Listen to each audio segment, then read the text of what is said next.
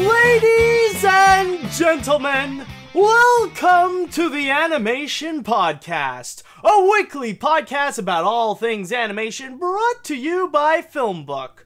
My name is Matt Brunet, but some of you may know me as AniMat from my YouTube channel, Electric Dragon 505, home of web series that are all about animation, including Animation Look Back and AniMat's Reviews. If this is your first time here in the Animation Podcast, you are here right in time for an extra fun and amazing episode. Because I just want to go and tell you guys right now that this isn't just any ordinary episode of the Animation Podcast. This is the 100th episode of the Animation Podcast. Yes, it has already been 100 times where I just sit with you guys, where I talk about animation and all sorts of crazy events that's been going on all around the world. Man, it has been one hell of an adventure, but hopefully in the future I can make this adventure a lot more exciting and a lot more bigger than you could ever imagine. Not just with all the crazy animation news that I could give you, but maybe a few surprises along the way. But anyways, let's forget about the future right now, and let's focus on what's going on right now, like the biggest animation news that happened this week. So, what I got for you guys for this 100th episode, we're going to start things off by looking into the full cast of the live-action remake of Aladdin, and then right afterwards, we got two trailers to look upon. One of them is the reboot of The Magic School Bus, and then afterwards, we're going to be looking into the latest Aardman film, Early Man. Then right afterwards, we got an all-new animated feature that has just hit $1 billion at the box office. And then finally, we will end things off with AniMat's Pick of the Week. Now, if you want to check out more episodes of the Animation Podcast, then all you have to do is head on down to FilmBook, that is film-book.com, by searching the Animation Podcast. And you can also email us at podcast@filmbook.com with the Animation Podcast in the subject line. And so, with that said, let us now go and begin with one of the live-action remakes that are going to be coming soon. And this one seems to be coming probably a little bit more sooner than maybe I would probably expect, or what has actually been said at the D23 Expo. And what I'm talking, of course, is going to be the live-action remake of Aladdin. As you guys may know, this is going to be directed by Guy Ritchie, and this is a part of Disney's big plan to take all their animated classics and turn them into live-action remakes, rather it be like Beauty and the Beast, or turning Sleeping Beauty into Maleficent, and The Jungle Book, and so much more. And let's be honest, it does come with a little bit of different results. Some can turn out pretty good, like The Jungle Book, while others, like Maleficent, can be pretty much crap. And then you got stuff that's in between. You got the mix of a good and then the mix of the bad, like Beauty and the Beast. But then we got the case here with Aladdin. I have already talked about it a few times before, but now things are starting to be a little bit more clear with what's going on. And it seems like right now this week they have officially announced that production has begun on that movie. And the big way to initiate it is that I think it was Will Smith himself, or it was probably just Disney, that you actually got some of the main cast taking one big selfie just saying that production has already begun. Like in this picture right over here, we got pretty much the main characters. You got Will Smith, who's of course going to be the genie. You got Naomi Scott there playing as Princess Jasmine. You got Marwan Kenzari going to be Jafar, and also Mina Masood as Aladdin. Now, nobody has their costumes just yet. You just got the actors right over there, and right behind them, you do see a little bit of a set that's going on, that's where they're going to basically film. But, with all that said, though, that's not only the big announcement that they've done. This is not just the big thing that they said, like, oh, production has officially begun. No. Apparently, on my source here at Oh My Disney, Disney has actually revealed the full cast. Now, at least this is going to be the main cast. Now, of course, there could be some other extra characters that would be on the side, but these are pretty much the principal characters that we will be focusing on this movie. So allow me to read from my source here. Okay, I've already mentioned a lot of the main cast in there. I've already mentioned Will Smith, Naomi Scott, Marwan Kenzari, and Mina Masood. Like, those are the main guys. But on top of that, they have also announced 3 brand new actors that are going to be in this movie. Now, first and foremost, you got Naveed Negaban, who is going to be the Sultan. But the other 2 are actually going to be brand new characters. First off, you got Nassim Pedrad, who's going to be playing Dahlia, Princess Jasmine's handmaiden and confidant.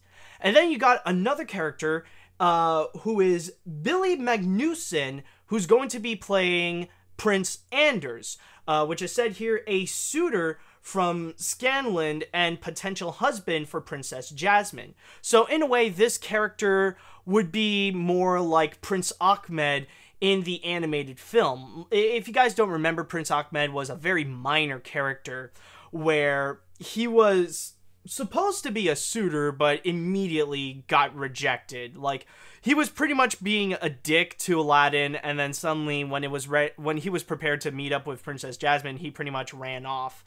And then, of course, one more character that I forgot to mention, well, one more actor is Numan Akar, who's going to be playing Hakim, which is Jafar's right-hand man and head of the Palace of the Guards.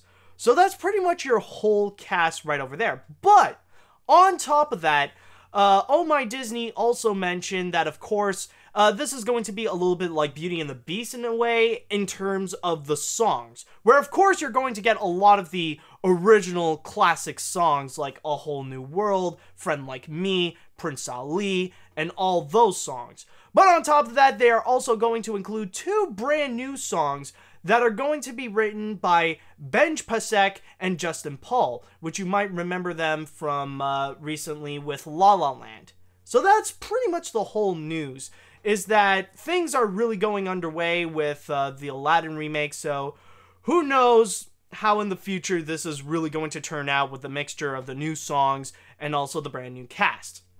But I just want to say right now, when it comes to looking in this entire Aladdin cast, I really am pressing X to doubt. Now I'm looking at this and I feel absolutely unsure about this. I don't know if this is really going to be enough to make something that would really be something that could really pay homage to the original 1992 animated film, or if it's going to be anywhere in the levels of it. I am just not sure.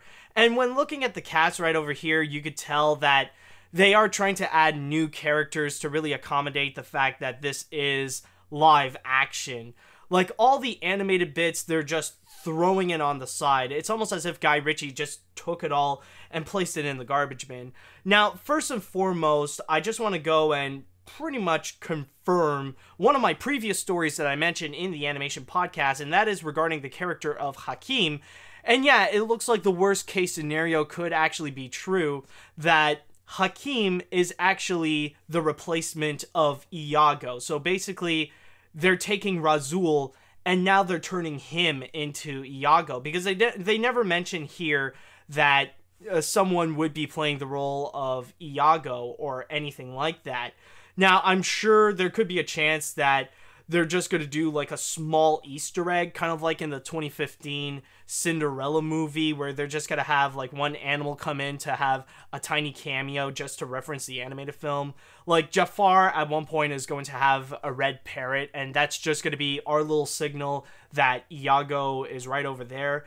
But for the most part, the assistant to Jafar, like that kind of role, is definitely going to be taken by Hakim. But also on top of that, you got the character of Dahlia, which it feels like she would be replacing the role of Raja in the animated film. Now, I understand that Raja didn't necessarily do much, but basically the role of Raja is pretty much the assistant of Jasmine. And I think just now I actually realized that in the animated Aladdin, like, everybody has their own animal sidekick. You got Aladdin with Abu, you got Jasmine with Raja, and then you got Jafar with Iago. That's just a weird coincidence that I just realized. But anyways, going back into the subject.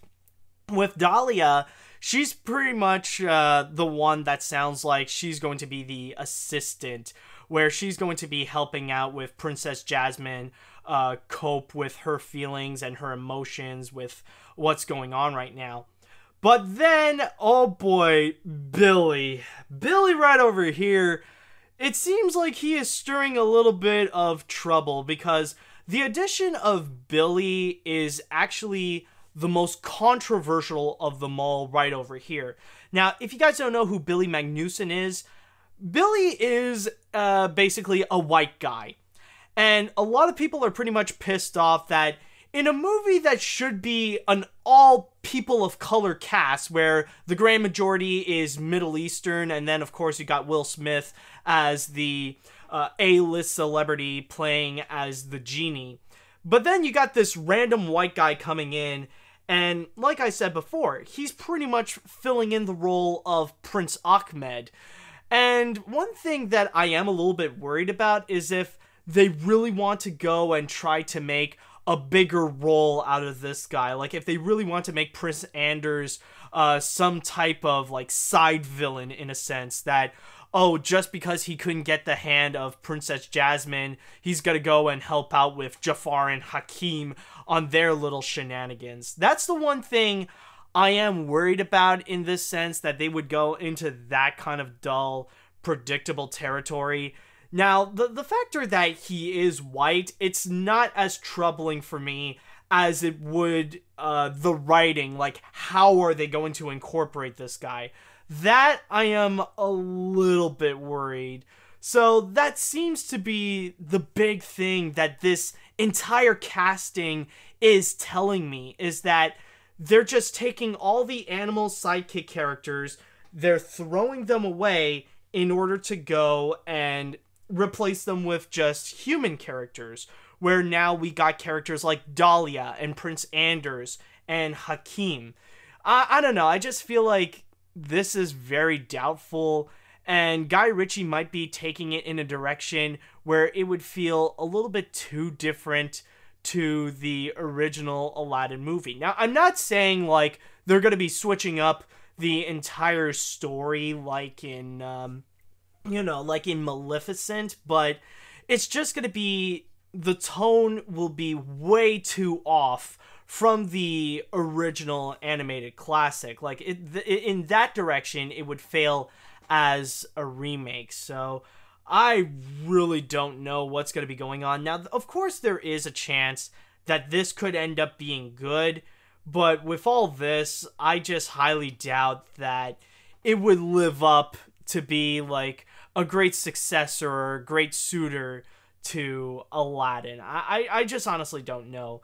Like, if the case would be that this would become bad, I feel like, or at least if the case would be that it would be subpar to the original animated Aladdin, I feel like best case scenario, it would end up like Beauty and the Beast, where it has its mix of good things and bad things.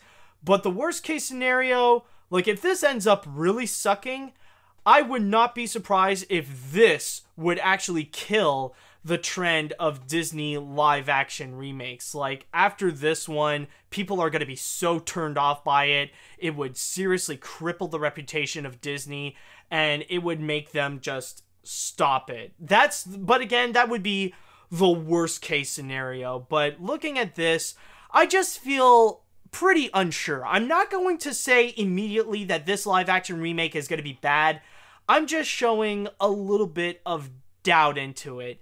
I probably need to see a bit more clips, or like I need to see how far this rabbit hole goes. It's like, I think that's the big thing for me. It's just the tone of this feature. How is it going to be?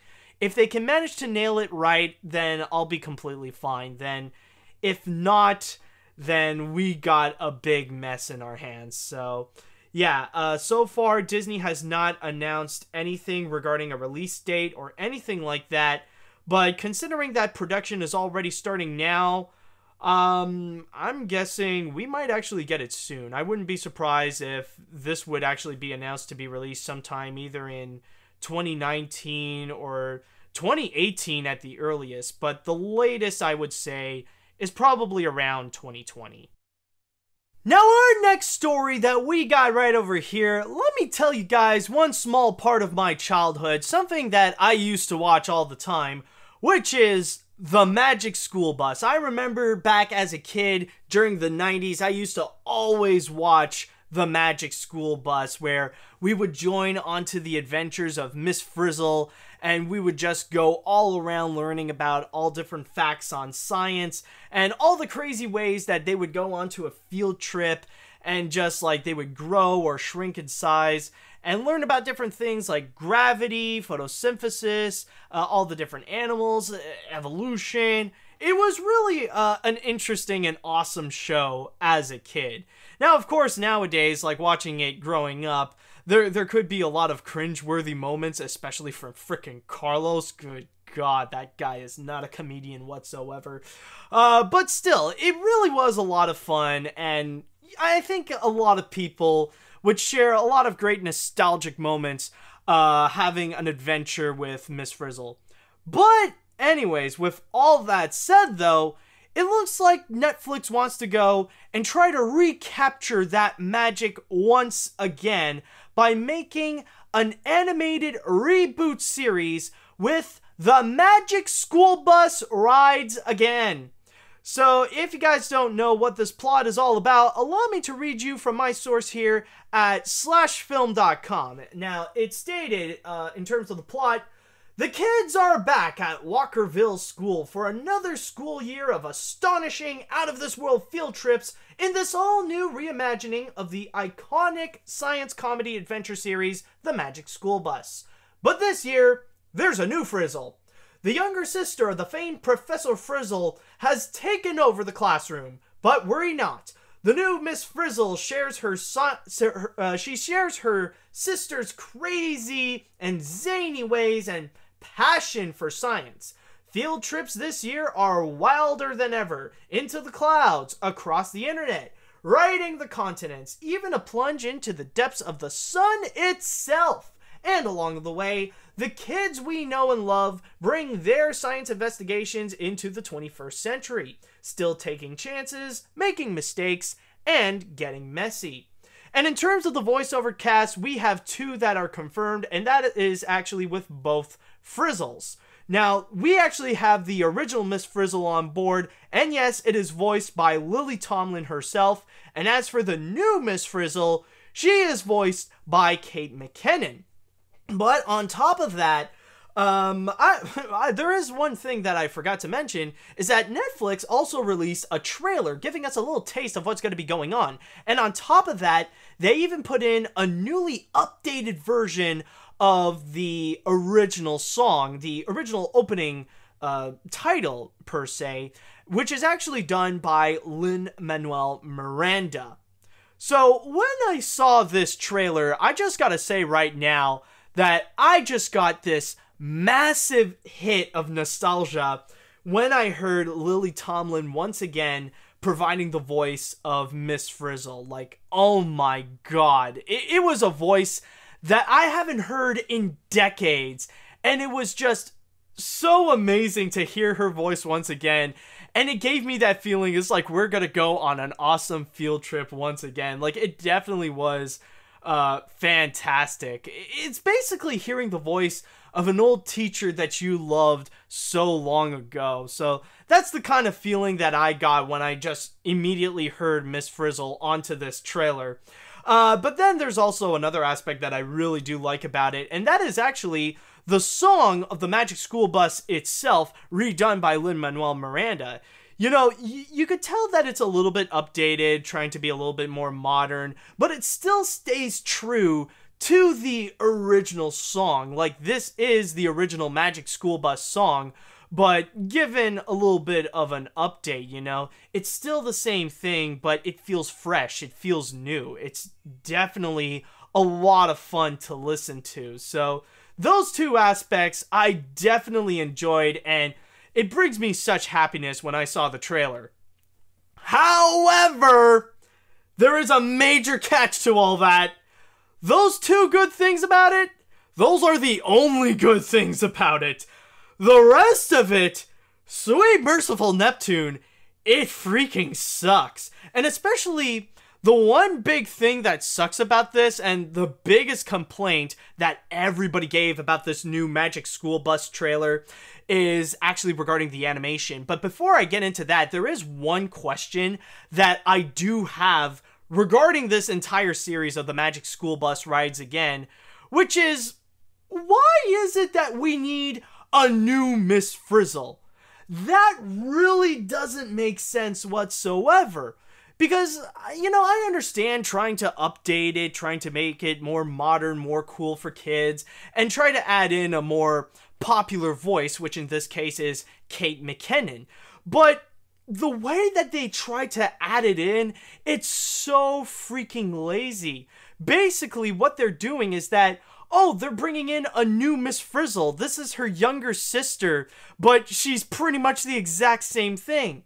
So my question is, if you're gonna bring in a younger Miss Frizzle, why even change Miss Frizzle at all? I wouldn't even be surprised that in the show itself, the kids are still just gonna call her Miss Frizzle, like in the original 90s animated series. It's just, it makes no sense to me. I feel like this is the same kind of lazy writing that really plagued The Little Mermaid 2, when, oh, Ursula is dead, we can't use her, so why not bring in Ursula's crazy sister? Yeah, they gotta bring in freaking Ursula's sister, so it's exactly like Ursula, but a lot more skinnier. Oh, but also she's voiced by freaking Pat Carroll, and that's another reason why it feels so pointless bringing in a new Miss Frizzle. I mean, you got Lily Tomlin, you got the original voice of Miss Frizzle herself. Like, she's right there, she's ready to take on the action, but why is it that you're not taking advantage of that? Why is it that you're not trying to go and use the original Miss Frizzle? Like, she's completely there, but you're pretty much rejecting that for Kate McKinnon. Now, I'm not bashing Kate McKinnon at all, she is a wonderful actress, but it's just, I feel like it's so pointless. I don't understand why we really need to replace Miss Frizzle, or, like, you know, you're trying to make an entire update on it. Why not just have Kate McKinnon voice the original Miss Frizzle, like have a brand new cast? Now, I understand that it would be a little bit controversial replacing Lily Tomlin, but on the other hand, though, all the kids are going to be replaced anyway, so having a brand new cast wouldn't change that much. It's just, it really doesn't make sense to me why we need a new Miss Frizzle, why we need a sister out of all things. It just, that aspect doesn't really make sense to me. But anyways, let us get into the real problem in all this, the one thing that everybody talks about that is a major issue, the animation. And yes, this is some really lazy animation. Like what we're presented right over here, this is only passable if this is Flash animation done in the mid-2000s. Like some kind of thing that you would find either on Newgrounds or Albino Black Sheep. But as like a legitimate animated series that you would find on Netflix in the late 2010s, yeah, this is just, it's just bad. This is lazy. They barely did anything with this. Like, I don't get why this would seem passable for Netflix, for God's sakes. And especially when they know animated series. Like, they have collaborated with DreamWorks in order to bring out some shows. Like, probably their most beloved and most famous animated series on the service, Trollhunters. Like, how the fridge can you go from Trollhunters to freaking Magic School Bus Rides again? It just doesn't really make sense to me. And there are a lot of things in terms of the animation that is pretty subpar. Like, number one, when you look at the kids, they all look the same. It's like they all have the same face, but on different bodies. That right over there just feels completely lazy. But then at the same time, you also got the character animation as well. That feels like it's the same thing. like, you know, where every character feels like they're just moving in the exact same way, with a few exceptions, like they got to do animations on Miss Frizzle and the other Miss Frizzle as well, and probably some like the most creative they could probably go with the animation is probably with Liz, you know, the little lizard that's kind of like the other mascot other than the school bus itself.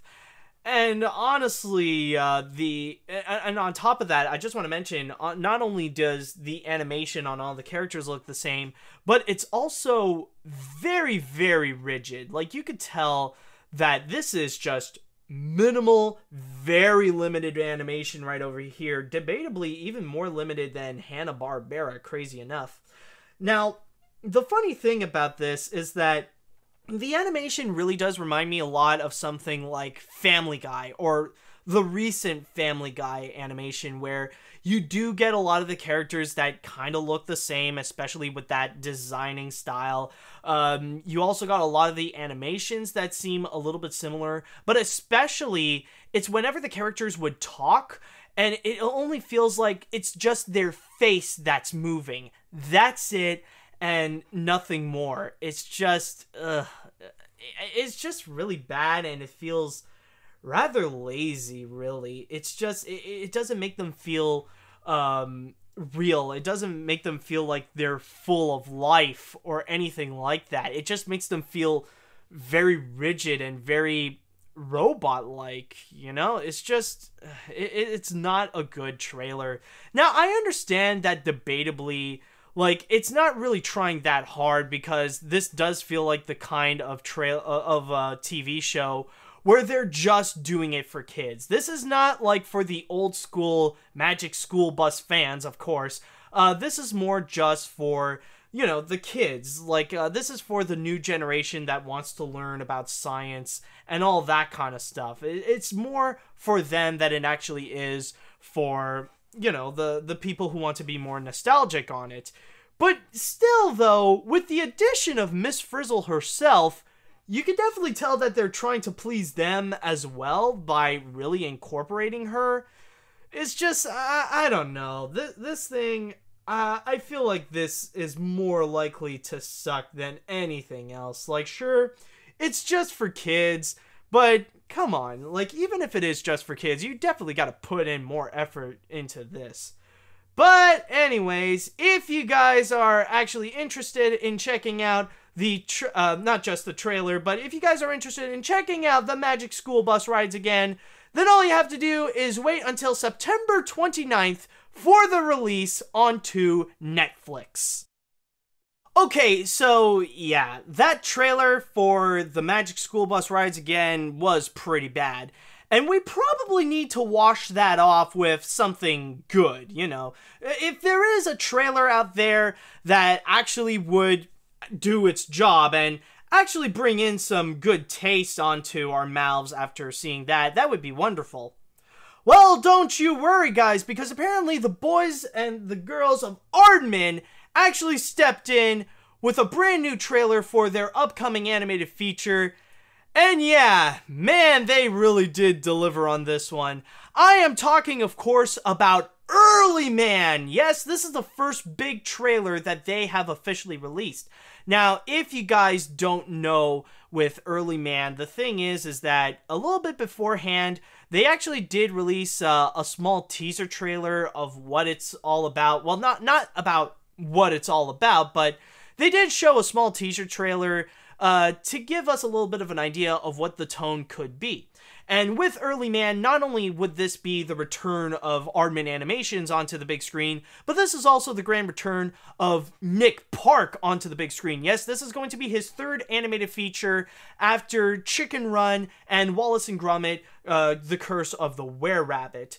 And after seeing this trailer, I was honestly blown away with what it's actually all about, because it is a lot more than just an Aardman movie about cavemen and all that stuff. You see, the thing is that the story that it's presenting us, I'll try my best to summarize a little bit of what Early Man is about, is that you got these cavemen, like, they're ready to go out on their usual caveman hunting adventures. They're just preparing to go and do that. But then suddenly, right out of the blue, they see these armored mammoths coming in, and you got the villain of this movie who decided to go and take these cavemen away, like, to pretty much grab them as slaves, as they try to go and mine for bronze. So, basically, right afterwards, one of the cavemen, like, the main caveman who is played by Eddie Redmayne, he's gonna go out and try to save his, cavemen brothers and sisters and his entire crew, basically, to go out and try to reclaim their home and save their land, basically.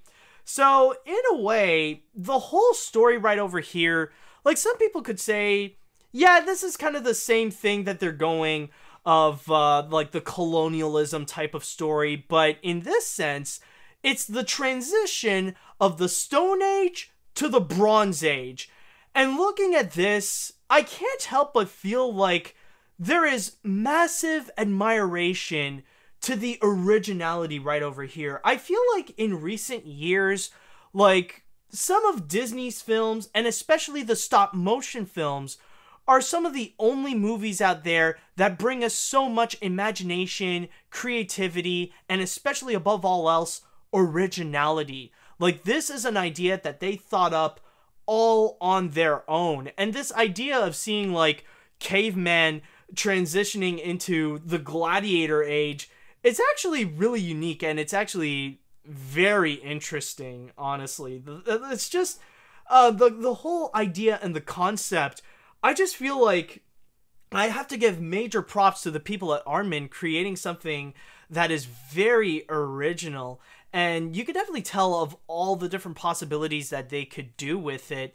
And you could tell that with this movie right over here, with Early Man, they are really going in a much grand scale. Like, this is going to be something that will feel pretty big. Debatably even bigger than what was already presented in Chicken Run and Wallace and Gromit. It's almost like in the same scale of Pirates Band of Misfits, where probably some of the most impressive animation moments that we saw here was actually with the mammoths, like the armored mammoths. Those were actually pretty cool.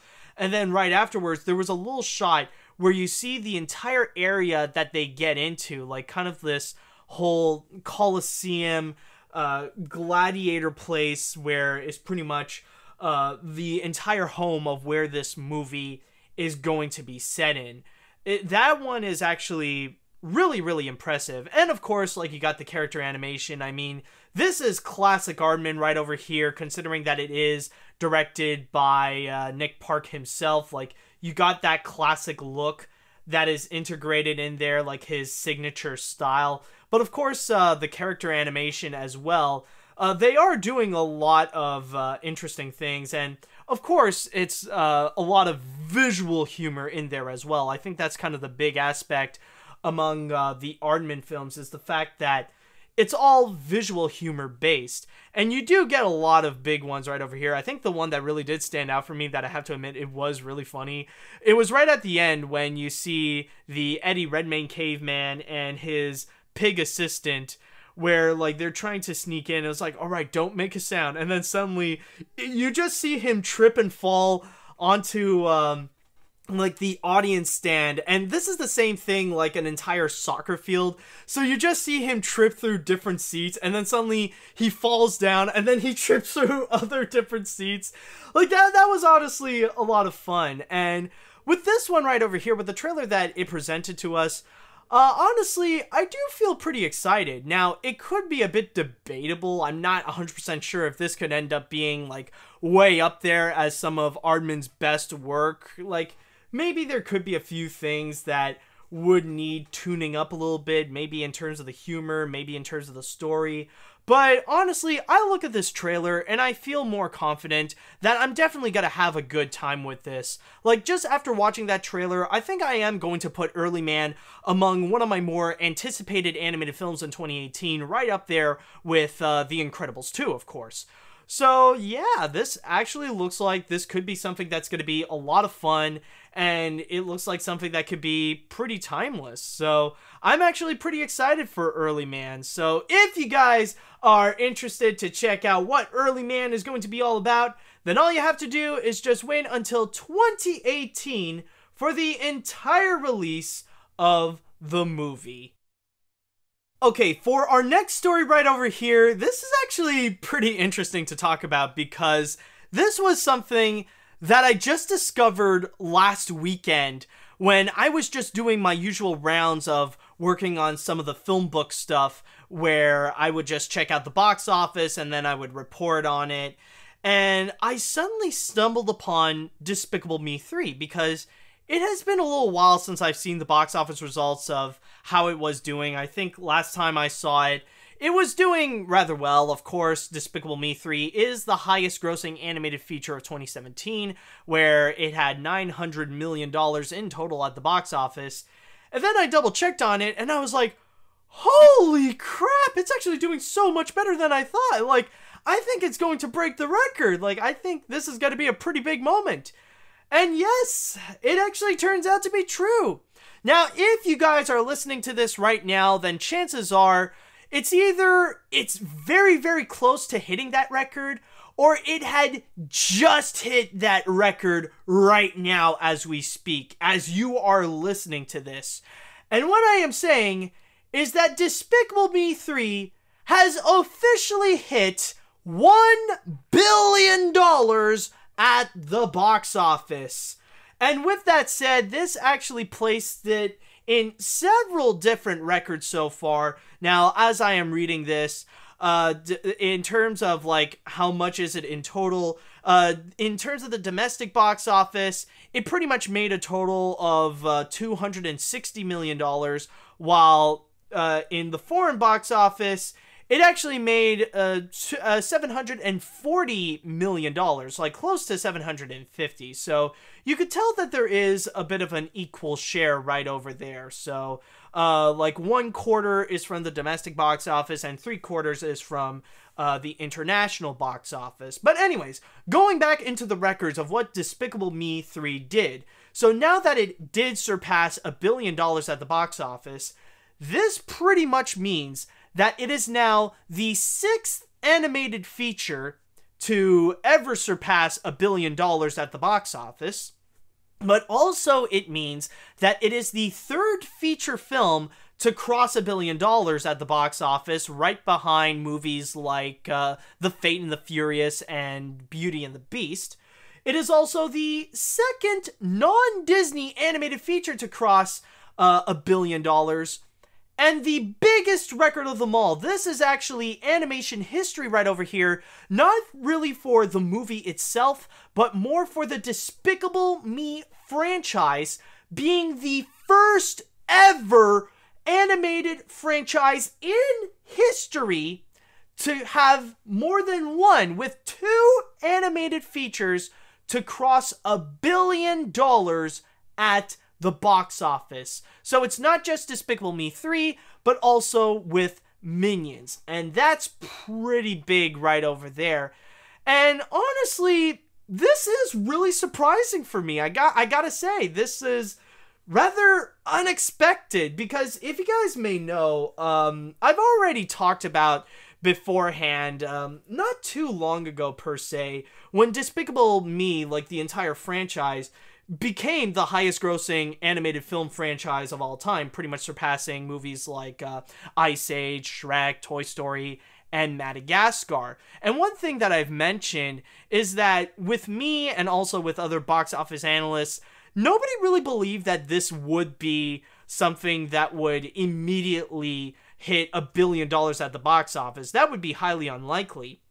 But it looks like we're pretty much wrong on it, and Despicable Me really did manage to get the big bucks. Now, some of you might be wondering, how is it possible? And for me, I feel like there is a reason why this would be the case, and also, why is it that we didn't see this coming? And I think the big reason is actually because of how much it actually did domestically, because let's be honest, in terms of the domestic box office, it's not necessarily that strong as a Despicable Me movie. Now, the thing is that, like I said before, it made about $260 million as I'm recording this. That's actually more closer to what the first Despicable Me did, where it only made $251.5 million domestically. Now, it's still very, very good, but we're talking about, as a Despicable Me film, it could do a lot better. And it does seem it does seem subpar, especially comparing it to some of the other films, like with Minions, and especially Despicable Me 2, where Minions, domestically, they made like $336 million domestically, and Despicable Me 2, it made like $368 million, and that's absolutely phenomenal. But as you could tell, like going from 368 to 260, yeah, that's really going downhill right over there. And especially the way that the third Despicable Me film, let's be honest, it is one of the weaker ones. Like, compared to the first and second, that one wasn't all that great, to be honest. It's still a good movie, but, you know, it feels like they didn't put in their all into this as much as Illumination did with the first and second film right over there. But with that said, let's go and answer the question, how is it possible? Now, domestically is the reason why we didn't see this coming. But the reason why we should see this coming is actually because of the foreign box office. And right over there, people around the world love Despicable Me. And I'm going to be using my source here in Box Office Mojo, of course, showing you all the different places from around the world where you could tell people love Despicable Me. I mean, of course, you got the United Kingdom, where they love Despicable Me. It made about $60 million. They shared some love right over there. The Japanese also love Despicable Me, where they pretty much gave out $57 million at the box office. And there are some European places as well, like, where is it? Like in Germany, in France, where they made around $40 million each right over there.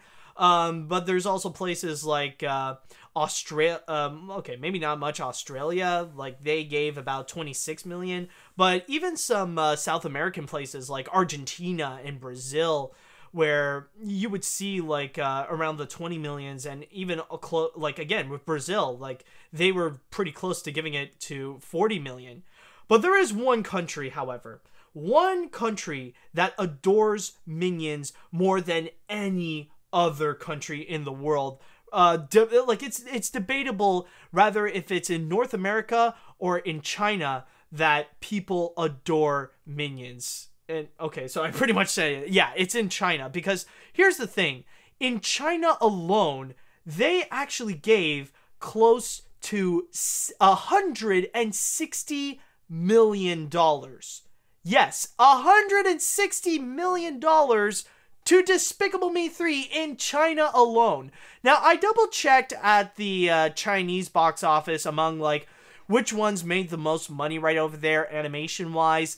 And, Despicable Me 3, surprisingly, it's not, like, way up there. It's not, like, the highest-grossing animated film in China. That actually belongs to Zootopia, believe it or not.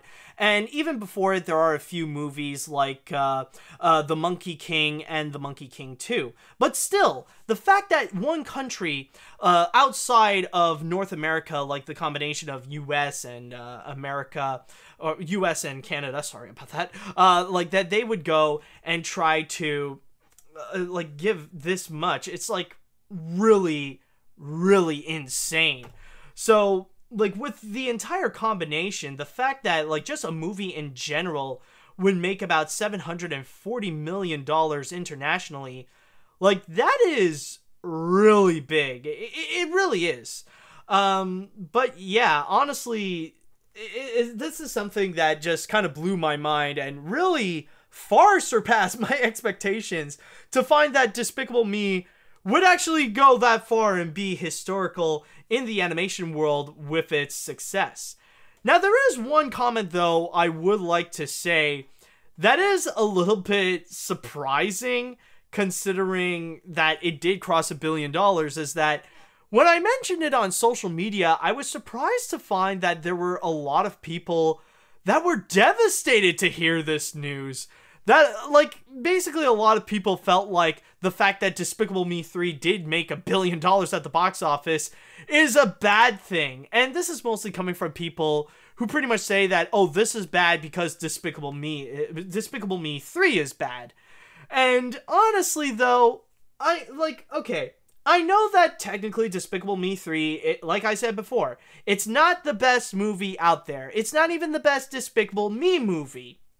But let's be honest, guys, there could be worse movies out there that would get $1 billion. And I mean, Despicable Me 3, it's not that bad. Like, unanimously, from what I've heard, it's okay. It's decent. It's, you know, it has a lot of flaws that makes it subpar compared to the other Despicable Me films, but it's not a bad movie. It is decent.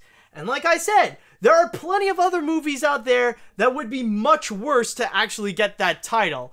Like, imagine if the freaking Boss Baby got $1 billion. I know it's about halfway there, but still, like, that would be insane if the freaking Boss Baby got $1 billion at the box office. Or even worse, if the Nut Job 2 somehow gets $1 billion.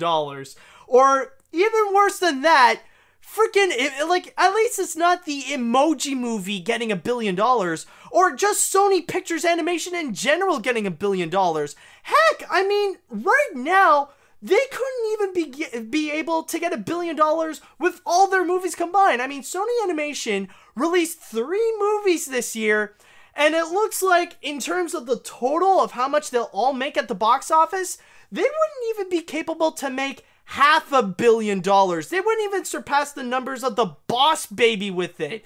I mean, this really does solidify how Sony Animation is just purely pathetic in the animation world. But you get what I mean, though. There are worse movies out there that would have gotten the $1 billion mark. And thankfully, they did not. And especially, thankfully, nothing like the Nut Job 2 or anything from Sony Pictures Animation is never going to get a $1 billion movie. So in the case right over here with Despicable Me 3, I think at least, yeah, I would say it would deserve it. If there is a movie this year that would earn the $1 billion mark, why not have it be Despicable Me 3? So I just want to say congratulations to Despicable Me 3 and to the entire team at Illumination Entertainment for crossing this legendary milestone. And so finally, we shall now end things off with AniMat's Pick of the Week. And for this week, I decided why not go back and talk about the Powerpuff Girls, one of the most beloved animated trios in television history. Now, the thing is with the Powerpuff Girls, we all know them as a group of 3 just going out to fight crime and be little girls at the same time. That's pretty much the whole thing that we know about the Powerpuff Girls, that we're used to the Powerpuff Girls, and that we love about the Powerpuff Girls. But recently, though, with the 2016 reboot, sometimes they can find themselves into controversy, especially with how they want to go and incorporate new characters.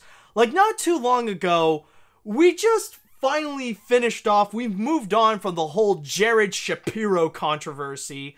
Like, that whole thing was an entire mess right over there. So, now that we're done with it, we've moved on, it looks like they want to go and add another character into the mix. Now, thankfully, this is not as controversial. It just, now with this one, audiences are just not liking it and they feel like it's rather pointless. Because the thing is, though, is that coming soon, the Powerpuff Girls will no longer be a trio. They are going to be a quartet. Now, the thing is that Entertainment Weekly made this big announcement that the Powerpuff Girls are going to include a 4th member onto the team, and they're really gonna go and make a big deal out of it by giving us this 5-part movie event called the Powerpuff Girls Power of 4, which is going to be coming out later in the month of September. Now, what's interesting about it is that the only thing that Cartoon Network is telling us about it is that there's going to be this new one, and we see a little bit of the silhouette of it. Like, that's the only thing it delivered. It's just the silhouette and the fact that this Powerpuff Girl is going to be purple. Now, let's see if there's any little thing that I could mention right over here. No, not really. Okay, there's no big sources that I can mention about this 4th Powerpuff Girl. However, that is only what Cartoon Network is trying to tell us. Like, they're trying to make this a big secret, and they're not going to reveal immediately who this is going to be until when the 5-part movie is going to be released. But that's only Cartoon Network. Apparently, the internet, though, did actually manage to find who this actually is. Now, of course, the little details about it, we don't know specifically. Like, as I'm recording this, we don't know about this 4th Powerpuff Girl's name. We don't know about the 4th Powerpuff Girl's personality. And, we don't know any of those small things. And we don't know who is it going to be voiced by. But apparently, there's this Russian promo going around that apparently kind of slipped in onto who is it that this new Powerpuff Girl looks like. And I actually have the picture right over here. And the way to describe it, it is actually a little bit interesting. So, of course, like I said before, allow me to go and describe to you what this new Powerpuff Girl looks like. So, the motif, of course, is entirely purple. So, this Powerpuff Girl has a purple dress and also has purple eyes. Now, what's interesting to note, though, with this Powerpuff Girl is that this one actually has some darker skin. So, rather if she would be Indian or if she would be African American, well, that we don't know because, let's be honest, no matter what race it is, it's really hard to tell, especially when it's the freaking Powerpuff Girls, when they don't even have freaking fingers or even a freaking nose. As Brack himself pretty much said it best, they're just a bunch of pansy frou-frous with overly sized mutated eyes!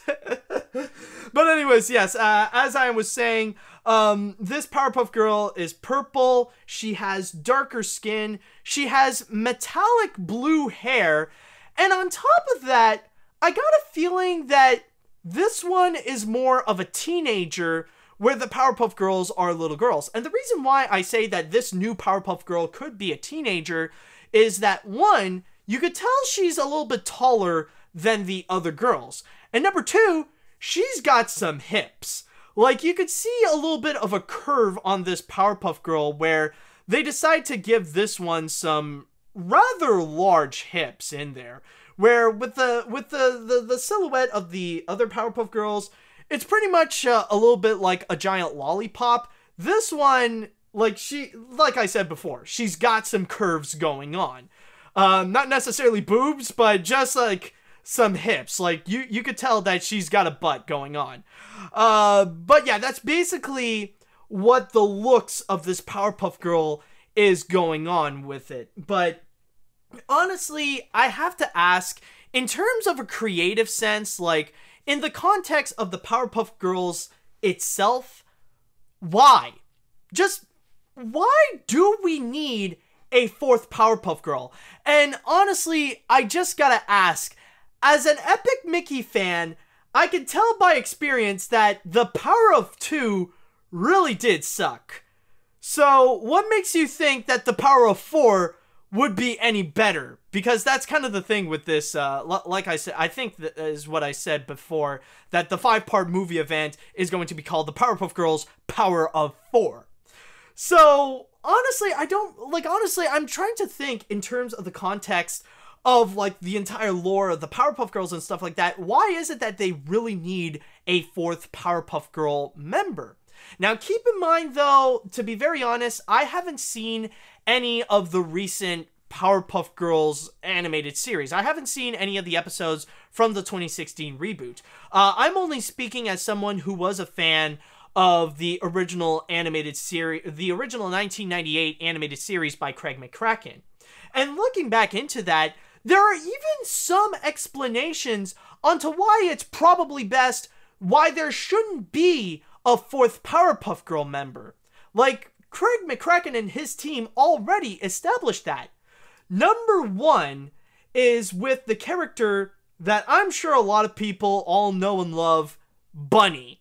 That's pretty much the big thing when this announcement actually happened, when the news broke out that, oh, there's going to be a fourth Powerpuff Girls member. Everybody pretty much came out and say, yeah, it's like there's already one. It's called Bunny. And if you guys don't remember, Bunny actually appeared only in one episode called Twisted Sister, where the Powerpuff Girls decided to go and create their own Powerpuff Girl by trying to do the same little experiment with that Professor Utonium did in order to create the Powerpuff Girls, where they try to add sugar, spice, and everything nice, or like their definition of what sugar, spice, and everything nice is, and then suddenly add the chemical X. And what ended up happening is that they pretty much created the Powerpuff Girl equivalent of Sloth from the Goonies.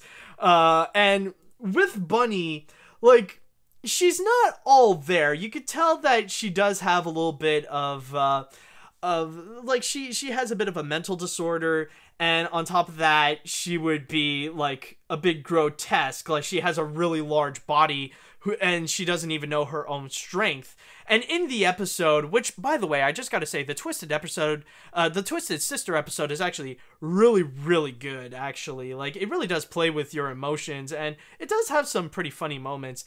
And with the case of Bunny, like, they want to try to see if she can be a Powerpuff Girl, but she ends up really screwing up all the time. And the one good thing that she did, though, she ended up ultimately sacrificing herself. And what's interesting to note about Bunny, however, is that just like with this new Powerpuff Girl, she is entirely in the purple motif. So that's kind of pretty interesting to note, is that the idea of a purple Powerpuff Girl already existed, and that is with Bunny. Sorry. But with the case of Bunny, I think overall we can all say that as a fourth Powerpuff member, Bunny do good. So definitely Bunny do good. But interestingly enough, Bunny is not the only reason why a fourth Powerpuff Girl member couldn't really be the case. And this is actually with one of the most popular Powerpuff Girls villains, with Princess. And if you guys don't know who Princess is this character that she wants to be a Powerpuff Girl member, but she couldn't. And the whole background with her is that she is an entirely a rich, white, spoiled brat. Like, she is way too used to getting everything that she wants. And, like, she is way too rich to be connected to reality in a sense. So she's pretty much like the Powerpuff Girls equivalent of Veruca Salt from the Willy Wonka movies, or basically a Trump.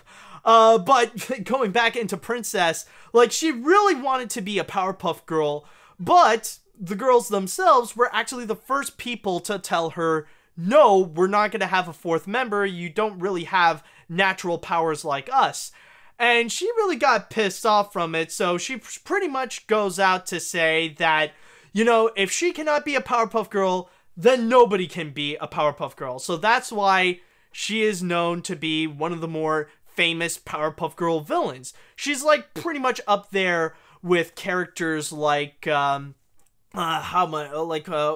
would be up there? Like him, the Gangrene Gang, Mojo Jojo, and all those guys. In a way, she's actually, you know, come to think of it, she would be like the the Powerpuff Girls equivalent of Syndrome from The Incredibles. Like, you do have a little bit of a similar background right over there. But you see, that's kind of the thing with Princess, is that she couldn't be a fourth Powerpuff Girl member because there's no need for a fourth Powerpuff Girl member. And with the addition of this one right over here, the fact that Entertainment Weekly is trying to make this big deal out of it, it just feels so pointless. I just don't see why, in a creative sense, why we really do need a fourth Powerpuff Girl. However, there is one explanation that everybody has been saying. Now, there is one common explanation to what people are trying to say. Why is it that Cartoon Network is trying to add in a fourth Powerpuff Girl? And that is because it seems like this reboot of the Powerpuff Girls is basically dying. Like, right now, it looks like it's in a position where ratings are going pretty low. It is very soon to be basically canceled. And right now, they really need something to really grab audiences' attention and to be to really get the interest of the Powerpuff Girls to be in there. So that's why they really want to go and try to make a big deal over the fact that now there's officially going to be this new teenage Powerpuff Girl with big hips. So honestly, I can see that. Like, that is a pretty logical explanation, considering that this is not the first time that this would happen. This is actually a bit of a common practice whenever there's a TV show that's really losing a lot of ratings, and they really want to try to go and spice things up by adding in a brand new character into the mix. Not just a new character, but like a brand new main character, hopefully to bring back audiences and to have them stay there in the hopes that they can enjoy this new character and to make them fall in love with the TV show again. I mean, it has happened so many times before, and it has happened so many times in, it already happened in, what was it? Like, fudge nabbit. It already happened in television animation. I think that could be one of the reasons why Scrappy-Doo was made in the first place. So, yeah, honestly, that could be a logical explanation onto why, but for me, I'm sorry, as someone who used to watch the Craig McCracken Powerpuff Girls series, I just don't really see the point into adding in a fourth Powerpuff Girl. It just doesn't make sense, and yeah, I'm definitely one of those people that, I feel the same as many others, that for me, if there has to be a fourth Powerpuff Girl member, it is Bunny, because at least with Bunny do good. Is this gonna do good? I don't know. Well, I mean, in general, this series, like the reboot series, is not doing good, so I don't know how this is going to be any different. I mean, this is the kind of controversy, it's not as bad as the whole Jared Shapiro bull crap, but honestly, overall, it just feels pointless. I mean, why do we need a fourth Powerpuff Girl member? I don't know, but I think that's all I could say about it. It's just that this is just pointless. And that is all that I've got for this week. So thank you guys so much for listening to the 100th episode of the Animation Podcast. And I just want to say thank you all so much for joining me in this entire crazy journey. It's been a lot of fun, and hopefully, like I said back in the beginning, we could do things bigger and better. Now, if you want to go find more of my works, you could go to film-book.com. All you have to do is search for Matsu Brunette or the Animation Podcast. And if you want to just find me personally, you can find me on my Twitter at AniMat505. Now, if you have listened to this podcast on iTunes or any other podcast service, you know what would be a great 100th episode gift is if you go and rate and review this episode. That would be awesome. If you go and do that and just spread the word, that would be amazing for the Animation Podcast. But also, if you have listened to this podcast on YouTube, then what you can do right there to go and commemorate the 100th episode of the Animation Podcast is to hit that like button and just leave us a little thought on your comments on the news this week. Now tune in next week for the latest episode of the Animation Podcast and all things animation. Congratulations, Animation Podcast, on reaching 100 episodes, and let's hope for 100 more. Thank you guys so much for listening, and until next week, see you later, dudes.